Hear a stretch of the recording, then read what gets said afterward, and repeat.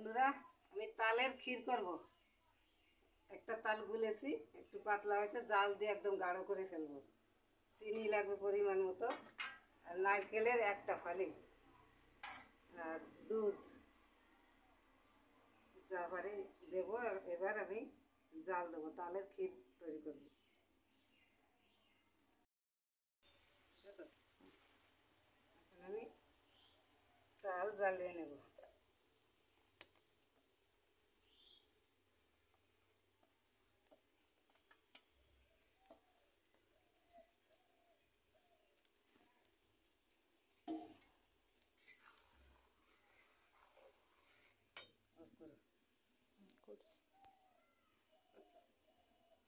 এবার এই জাল হবে, পরে আমি মাঝে মধ্যে একটু সন্ধ্যা লেগে গেছে তো, একটু তাড়াতাড়ি একটু মানে জাল দিবা, তারপরে যে একেবারে টানিয়ে আসবে না, দরকার হয় উপরে ঘরে নিয়ে জ্বালাবে না।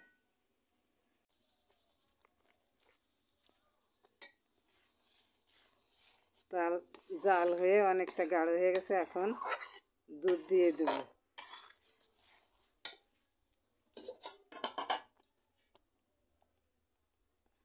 দুধ সবটুকুন দেবো না, নারকেল দেবো। জ্বালানো দুধ, জাল দেওয়া ছিল দুধ।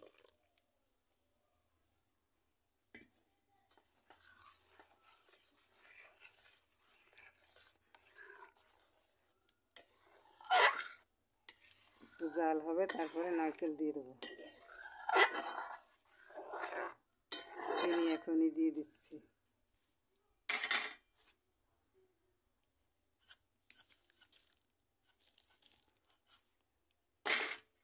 পরিমাণ মতো যেটুকুন লাগে।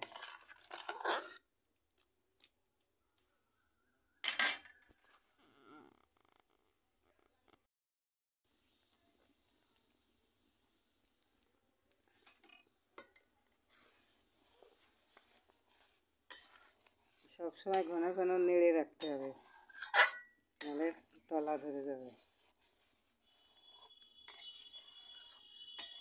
দুধ দেওয়ার পরে অনেকটা জাল হয়েছে, এখন নারকেল দিয়ে দেবো।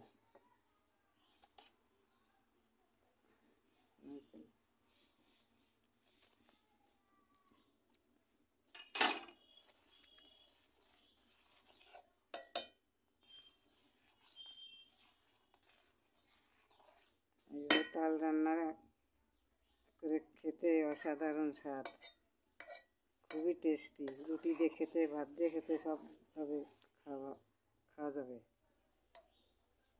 রুটি দিয়ে খেতে তো বিশাল লাগবে।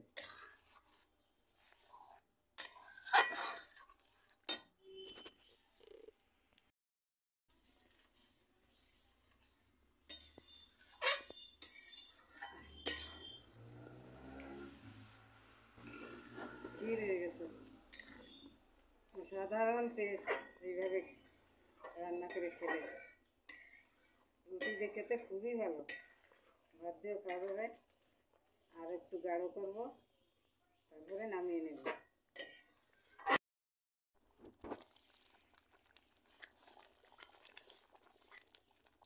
জাল হচ্ছে খুব সুন্দর, সেন্ট বেরোয়েছে, বিশাল সেন্ট বেরোয়েছে, একদম ঘ্রাণে ময় হয়ে গেছে।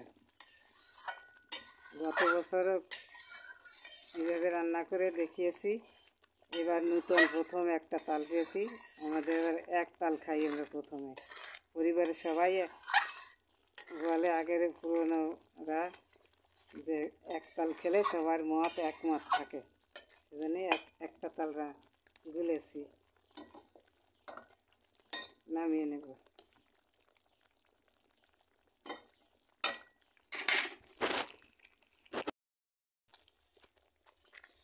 একদম হয়ে গেছে। এখন